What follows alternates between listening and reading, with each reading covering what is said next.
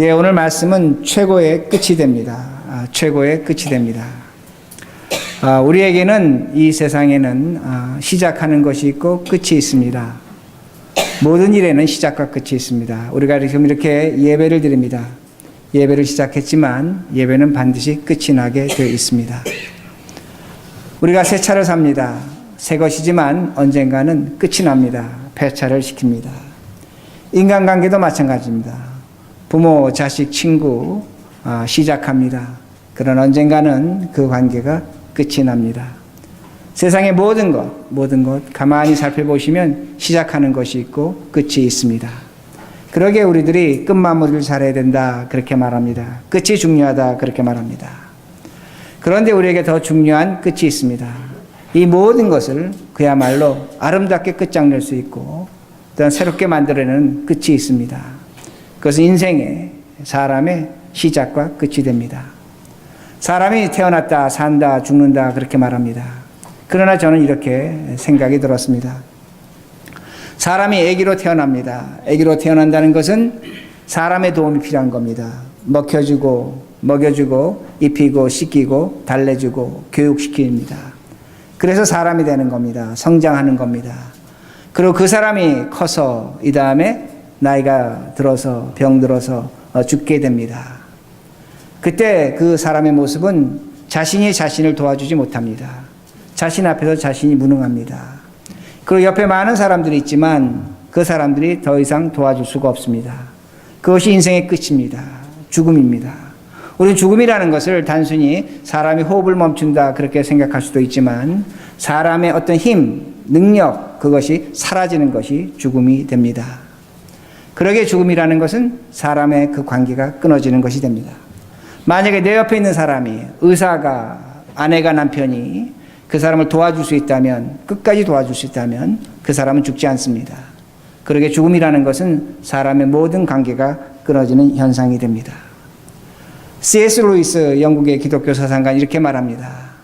많은 사람들이 천국을 가기를 원하지만 죽는 건 싫어한다 그렇게 말합니다. 오늘도 제가 이렇게 죽음에 대한 설명을 드렸을 때 여러분의 마음이 무겁고 또한 그 죽음에 대해서 회피하려는 우리의 본성이 있습니다. 그러나 죽음은 누구도 피할 수 없는 겁니다. 또한 우리가 죽음을 바로 이해한다면 거기에는 영광이 있는 겁니다. 능력이 있는 겁니다. 우리가 생각하는 어두움이 아니라 거기엔 빛이 있고 우리들이 반드시 알아야 될 내용을 갖고 있습니다. 여러분 아시는 것처럼 2주 전에 제가 LA를 갔다 왔습니다. 제가 아들로 태어나서 저희 아버님에게 처음으로 제가 이런 말씀을 드렸습니다. 아버님 저에게 마지막으로 하고 싶은 말씀이 있으면 해주세요. 제가 이렇게 부탁을 했습니다. 저도 며칠을 망설이다가 그렇게 했습니다. 저희 아버님도 마지막이란 그 단어, 그 말 속에서 말하는 걸 굉장히 힘들어 하셨습니다.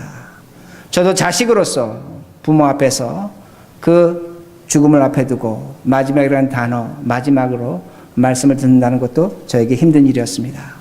그러나 그 말을 다 듣고 난 다음에 저에게는 희망이 있었습니다. 감사가 있었다는 겁니다.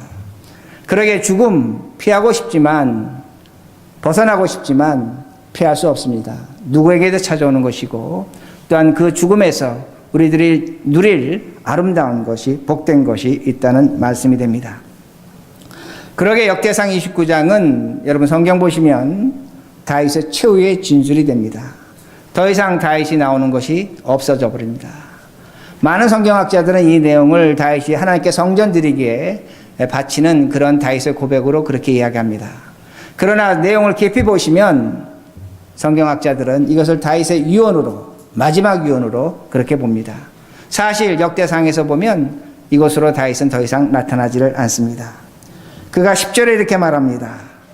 다윗이 온 회중 앞에서 여호와를 송축하여 이르되 우리 조상 이스라엘 하나님 여호와여 주는 영원부터 영원까지 송축을 받으옵소서. 여러분 성경 보실 때 어떤 단어가 반복되면 그 단어가 그 성경의 구조를 지배하는 겁니다. 지금 다윗은 그 인생의 마지막 자리에서 하나님께 이렇게 찬양합니다. 여호와여 송축을 받으옵소서. 송축을 받으옵소서. 2번 강조하고 있습니다. 우리 송축하다 이 말씀은 영어 번역을 보면 praised 또는 blessed 그렇게 번역을 했습니다. 그러게 우리는 하나님을 찬양한다 그렇게 생각을 합니다. 그러나 이것은 그런 의미가 아닙니다. 히브리어적인 의미는 뭐냐면 송축하다는 엎드려서 두려워 떨면서 찬양하는 겁니다. 무서워하며 찬양하는 겁니다.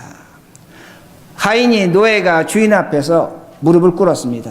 엎드렸습니다. 두려워합니다. 그리고 주인의 이름을 찬양합니다. 신하가 왕 앞에서 무릎을 꿇었습니다. 그리고 그 왕의 이름을 찬양합니다. 그러나 그 마음속에 깊은 두려움이 있는 겁니다. 이게 송축하다입니다. 무조건 하나님 찬양하는 겁니다. 아닙니다. 그러게 바울은 자신의 인생의 마지막에서 하나님 앞에서 두려워하고 있습니다. 두려워하고 있습니다. 그리고 찬양하고 있다는 그 말씀입니다. 오늘도 마찬가지입니다. 제가 좀 전에 뭐라고 말씀을 드렸냐면 죽음이 뭐냐? 사람의 손길이 끝나는 것이라고 그렇게 말씀을 드렸습니다. 우리 사람의 손길이 끝나면 무엇이 나타나는가입니다. 우리에게는 하나님의 손길이 나타나는 겁니다. 하나님의 손길이 나타나는 겁니다. 세상 손길은 더 이상 우리를 붙잡아 주지 못합니다. 세상 사람은 우리의 손을 놓습니다. 그러나 하나님은 그 죽음의 자리에서 우리의 손을 붙잡아 주십니다. 예수 그리스도가 피 묻은 손으로 우리를 붙잡아 주십니다. 그러기에 그 자리가 찬양스러운 겁니다. 그러기에 그 자리가 두려운 것입니다. 이것이 바로 오늘 우리들이 갖고 있는 하나님 앞에서 그 마지막 인생의 최고의 끝이 영광스럽다는 말씀입니다. 최고의 끝이라는 겁니다. 이 세상에 수많은 끝들이 있지만 우리의 마지막에 예수 그리스도가 우리를 손잡아 주십니다. 세상의 모든 손은 놓을 수밖에 없습니다. 그러나 하나님이 우리를 잡아 주십니다. 그러기에 송축하는 겁니다. 하나님을 찬양합니다. 그러나 두려워합니다. 하나님 앞에 서 있는 존재라는 겁니다. 이것이 우리의 최고의 끝이 됩니다. 여러분 소설가 최인호 씨를 너무나 잘 아십니다. 얼마 전에 제가 그 책 하나를 샀는데 눈물이라는 책을 샀습니다. 그 책은 그 소설가 최인호가 암 투병하면서 침샘암으로 죽어가기 직전에 그 자신의 마음을 기록한 내용들이 됩니다. 그는 솔직히 썼습니다. 하나님을 원망했습니다. 하나님 살아계시면 나에게 이럴 수 있는가 합니다. 나의 사랑하는 가족을 두고 내가 죽어야 되는가. 그는 하나님께 원망하며 의심하며 그 글을 썼습니다. 동시에 그는 하나님 앞에 간절한 소원을 가졌습니다. 기적을 베풀어 자신의 병이 낫게 해달라는 겁니다. 그러나 그는 그 육신이 죽어갔습니다. 그 육신이 죽어가면서 그는 뭐라고 썼냐면 내 육신이 죽어가면 죽어갈수록 내 안에 그리스도가 살아난다고 그렇게 말합니다. 나는 죽는다는 겁니다. 그러나 내 안에 그리스도가 계신다는 겁니다. 그리고 그는 말합니다. 사람의 질병이 죽어가는 질병이 아니라는 겁니다. 그리스도의 부활을 만나는 질병이라고 그는 그렇게 쓰고 있습니다. 우리가 어둠을 가지만 반드시 빛이 있다고 그렇게 말합니다. 그리고 그는 놀라운 얘기를 합니다. 내가 그 질병에서 그 고통에서 외로워하고 그 누구도 나의 아픔을 알아주지 않는데 유일하게도 예수 그리스도가 자신보다 더 고통스러워하고 외로워한다는 것을 그가 발견합니다. 큰 위로를 받습니다. 그리고 그가 마지막에 임종에 이렇게 말합니다. 주께서 나를 찾아오셨다는 겁니다. 주님이 나를 반겨주신다는 겁니다. 무엇을 이야기하는가 합니다. 죽음 앞에 선 한 인간의 모습입니다. 송축하는 겁니다. 하나님을 찬양하는 겁니다. 거기에 동시에 하나님에 대한 두려움이 있는 것을 우리들이 알 수가 있습니다. 그러게 여러분 오해하시면 안 됩니다. 제가 결코 죽음을 찬양하는 설교를 하는 건 절대로 아닙니다. 그러나 우리가 인생 살아가면서 이 인생이 좋다고 찬양할 이유도 없다는 겁니다. 우리가 오로지 찬양해야 될 것은 오로지 하나 예수 그리스도라는 겁니다. 그의 이름이 존귀하게 되어야 된다고 성경은 가르쳐줍니다. 왜 그가 존귀하고 왜 높아져야 되는가? 썩을 인생, 죽을 인생을 부활의 꽃으로 피워주시기 때문입니다. 그 예수 그리스도로 말미암아 우리가 부활할 수 있다는 그 희망, 꿈을 갖기 때문입니다. 그러기에 그리스도를 찬양해야 됩니다.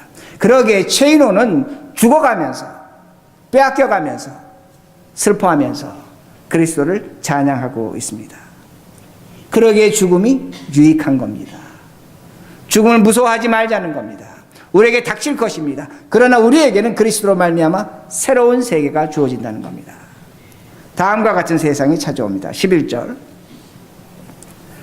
여호와여 위대하심과 권능과 영광과 승리와 위엄이 다 주께 속하였사오니 천지에 있는 것이 다 주의 것이로소이다. 여호와여 주권도 주께 속하였사오니 주는 높으사 만물의 머리이심이니이다. 여러분 이 말씀 잘 보시기 바랍니다. 깊이 보셔야 됩니다. 다윗이 죽음의 자리에서 인생의 마지막에 하나님을 찬양합니다.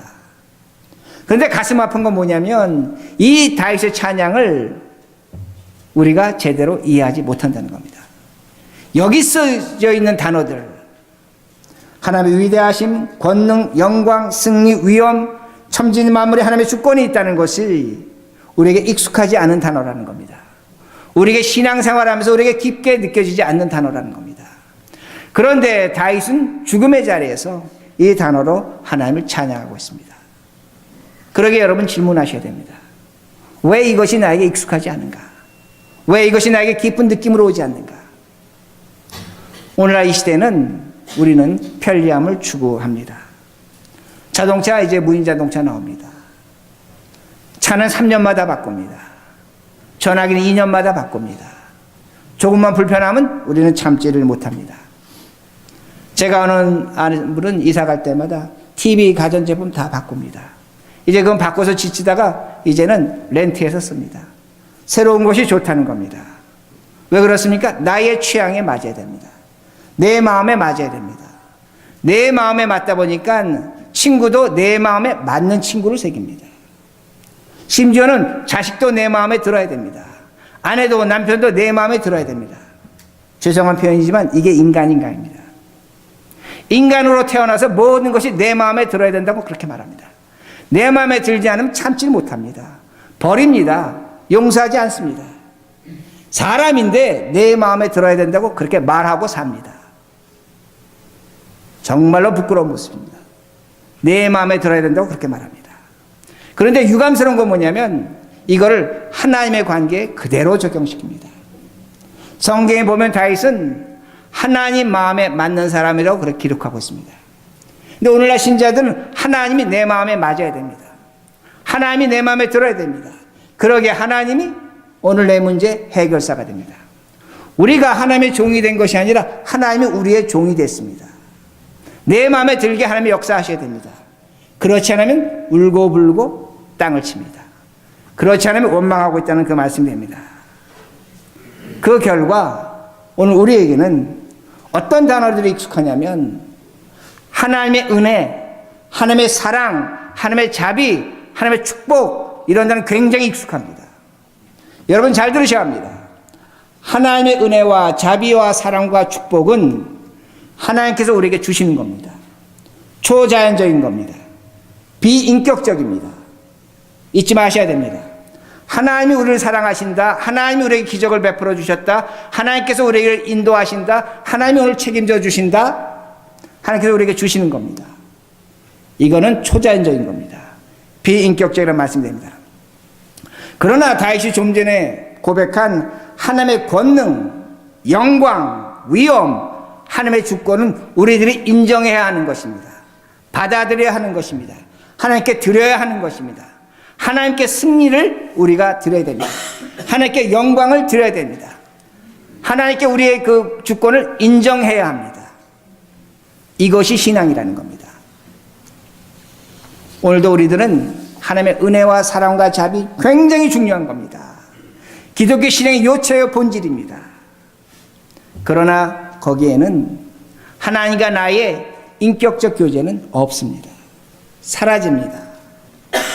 그러기에 하나님의 위대하심, 권능, 영광, 승리, 위엄, 하나님의 주권, 왜 다윗이 인생의 마지막에 이것을 고백하고 있는가 합니다.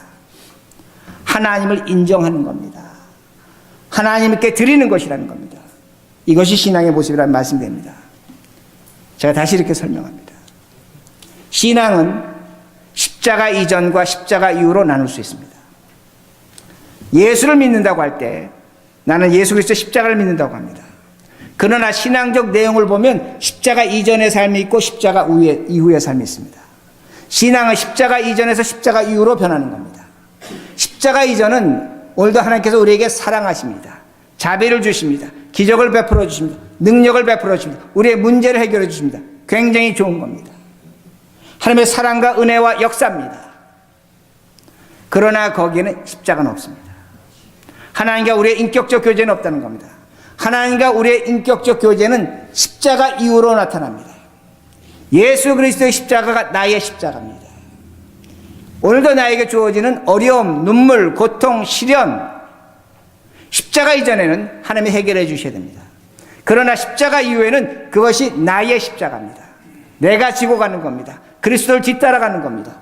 그것으로 고난당할 수 있고 아픔을 당할 수 있고 때로는 죽음의 골짜기에 지나갑니다. 견디는 겁니다. 그러나 거기에 무엇이 생깁니까?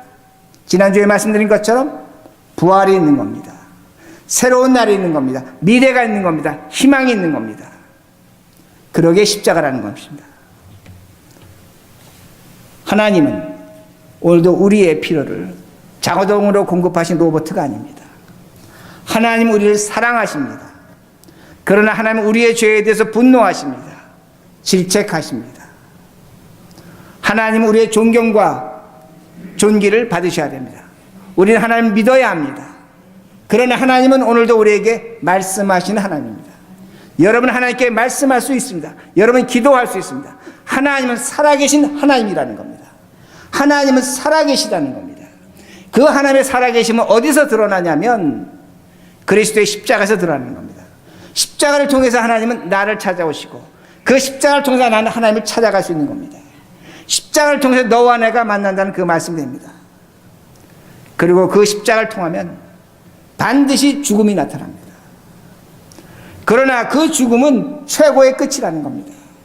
최고의 끝이라는 겁니다. 하나님의 살아계심이 분명하게 나타난다는 말씀입니다. 왜 하나님의 살아계심이 나타나냐면 제가 지금까지 말씀드린 것처럼 인간의 것은 사라집니다. 사람의 것은 사라집니다. 하나님의 것이 나타납니다. 하나님의 영광과 존귀하심과 귀하심이 그 십자가에서 분명히 나타납니다. 언제? 내가 그리스도와 십자가를 교제할 때라는 겁니다. 그러기에 오늘도 하나님이 내 마음에 맞는 것이 아닙니다. 하나님께서 다윗에게 말씀하신 것처럼 하나님 마음에 다윗이 마음 맞췄다고 그렇게 말씀합니다. 이것이 신앙입니다. 이것이 교제라는 그 말씀이 됩니다. 이렇게 하셔야만 하나님께서 우리에게 복을 주십니다. 다시 말씀드립니다. 하나님께서 이렇게 우리가 살아갈 때 복 주신다는 말씀이 됩니다. 10명의 자식이 있습니다. 10명의 자식 중에 5명은 부모와 교제를 합니다. 부모의 뜻이 무엇인지 알고 그에 따라가서 순종하고 애씁니다. 그런데 5명의 자식은 부모의 뜻을 따르지 않습니다. 맨날 달라고만 합니다. 채워주지 않으면 원망합니다. 여러분 정상적 부모라면 누구에게 자신의 귀한 재산을 상속하겠습니까? 자신의 이름, 자신의 영광을 드러내기 위해서 누구에게 그것을 주겠는가입니다.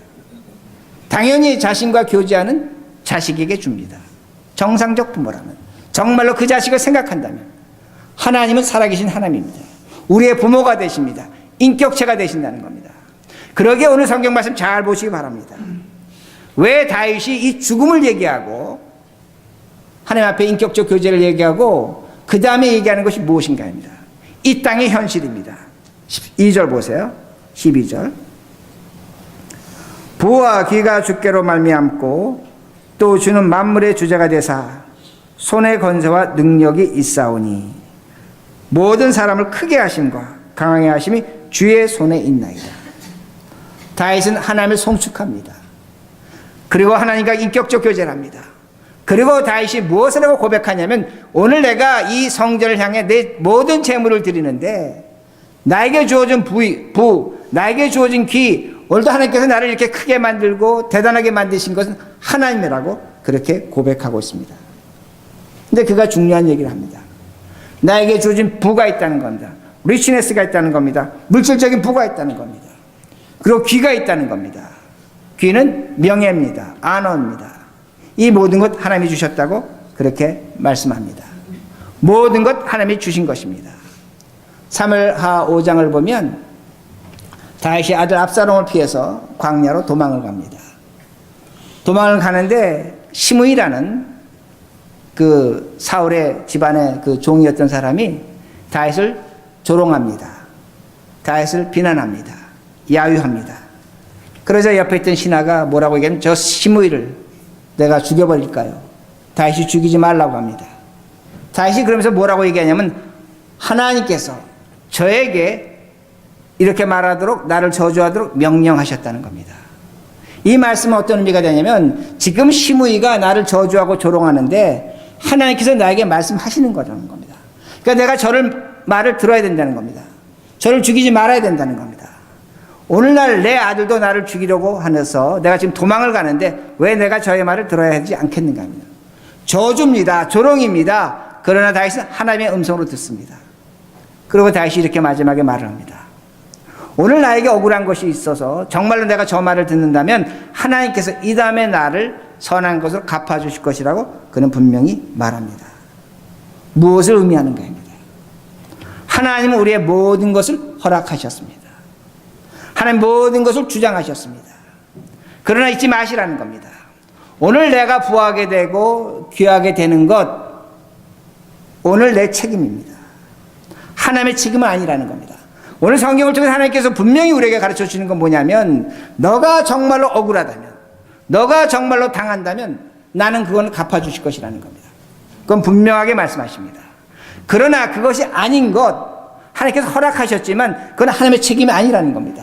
너가 그 가운데 얼마나 신실하게 정직하게 살아가는가를 성경은 우리에게 가르쳐 줍니다. 하나님의 절대 주권이라는 겁니다. 하나님의 절대 주권이라는 겁니다. 우리가 이 절대 주권을 경험하고 있습니다. 우리 교회가 경험하고 있습니다. 우리 지금 오늘 이렇게 예배를 드립니다. 기도해 주신 것처럼 냉난방 공사했습니다. 거의 끝났습니다. 비용은 16만 불이 들었습니다. 그러나 여러분 너무나 잘 알고 계십니다.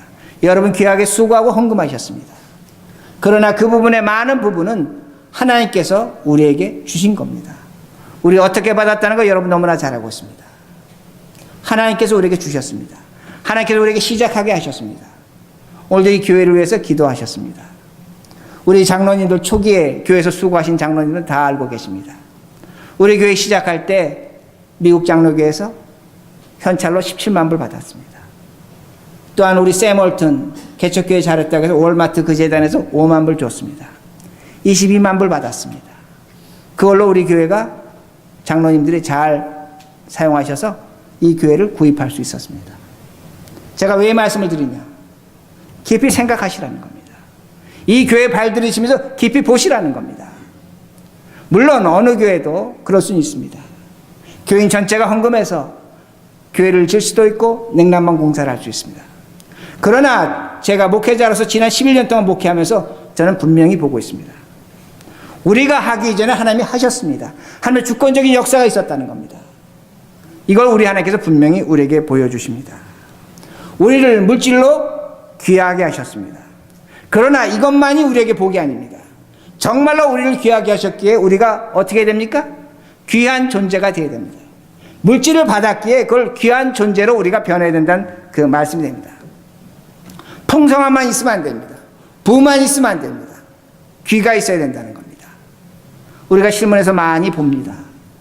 어떤 사람이 물질적으로 크게 성공했습니다. 어떤 젊은 연예인들이 크게 성공했습니다. 엄청난 물질을 받았습니다.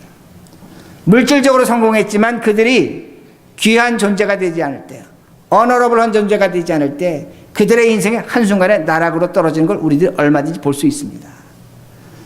마약과 실패와 중독의 자리로 떨어진다는 겁니다. 많이 가졌지만 그 많은 것으로 인해서 오히려 독이 되는 것을 우리들이 볼 수 있습니다. 그러기에 우리들이 우리 자신을 귀하게 여겨야 됩니다. 하나님께서 우리에게 주신 것 정말로 복된 것입니다. 하나님의 살아계심으로 증거할 수 있습니다. 그러나 우리에게 주어진 책임은 뭐냐면 이걸 갖고 우리 교회가 여러분들이 얼마나 귀하게 살아가는가입니다. 이건 여러분의 개인적인 것 가정에서 똑같다는 그 말씀이 됩니다. 중국 속담에 군주의 마음을 얻으려면 밝은 곳에서 시작하라고 그렇게 말합니다. 주인의 마음을 얻고자 하면 밝은 곳에서 시작하라고 그렇게 말합니다. 이제 우리 교회가 새롭게 시작해야 됩니다. 지난 몇 년 동안 어려웠었습니다. 그러나 이제는 우리가 힘내야 합니다. 우리가 플러스 원 합니다. 왜 플러스 원 하는가? 무엇 때문에 플러스 원 하는가? 제가 수없이 말씀드렸습니다. 여러분이 귀해지는 겁니다. 여러분이 덕스러워지는 겁니다. 여러분이 그 일을 통해서 하나님을 깊이 경험할 수 있다는 겁니다. 5,000달란트 사약합니다. 무엇 때문에 합니까? 우리가 받은 것 이 세상에 돌려줘야 됩니다. 이 커뮤니티에, 우리 한인사회에 조금이라도 돌려주는 훈련을 해야 된다는 겁니다. 받았기 때문에 돌려드려야 됩니다. 하나님이 주셨기 때문에 갚아야 된다는 그 말씀입니다. 그래야만 그 부가 귀가 되는 겁니다. 명예로운 것이 됩니다. 우리 교회도 마찬가지입니다. 내부적으로 마찬가지입니다. 우리 지난 몇 년 동안 장학사업하지 못했습니다. 여기다 전부 다 혼신의 힘을 쏟았습니다. 이제는 우리가 그런 일도 해야 됩니다. 우리 교회가 초기서부터 한 일 중에 하나가 구제사업이었습니다.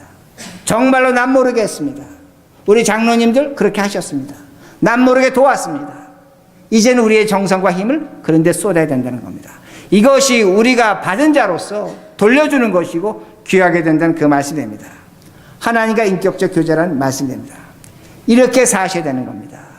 이것이 이 땅에서 인간으로서 사람으로서 살아가는 가치와 목적이라는 그 말씀입니다. 그 이유가 15절에 나옵니다. 15절. 우리는 우리 조상들과 같이 주님 앞에서 이방 나그네와 거류민들이라. 세상에 있는 날이 그림자 같아서 희망이 없나이다. 세상에 있는 날이 그림자 같아서 희망이 없나이다. 성경 우리에게 뭐라고 가르쳐 주냐면 이 땅의 삶이 희망이 없다는 겁니다. 그림자와 같다는 겁니다. 그러기에 오늘 우리가 이 땅에서 선택해야 될 삶은 예수 그리스도의 십자가 삶이라는 겁니다. 예수 그리스도의 십자가로 말미암아 우리의 인생의 끝이 찾아옵니다. 그 끝에서 사람은 사라지고 하나님만이 나타납니다. 그때 우리는 하나님과 인격적 교제를 하는 겁니다. 그 인격적 교제를 하면서 오늘과 이 세상에서 우리들이 받은 것으로, 얻은 것으로, 주어진 것으로 나눌 수가 있다는 겁니다. 왜 이 땅은 어떤 세상이냐? 나그네라고 말씀합니다. 거류민이라고 말씀합니다. 포리너입니다. 스트레인저입니다. 이 세상은 우리가 끝까지 있을 곳은 아닙니다. 잠시 있을 곳입니다. 그러나 우리가 이 땅에서 그리스도의 영광을 나타내는 겁니다. 그 영광을 나타낼 수 있도록 우리에게 허락하신 것이 오로지 하나입니다. 끝입니다. 예수 그리스도 십자가입니다. 그 십자가로 내가 죽음과 같은 자리에 설 때에 우리에게 분명한 영광이 나타납니다.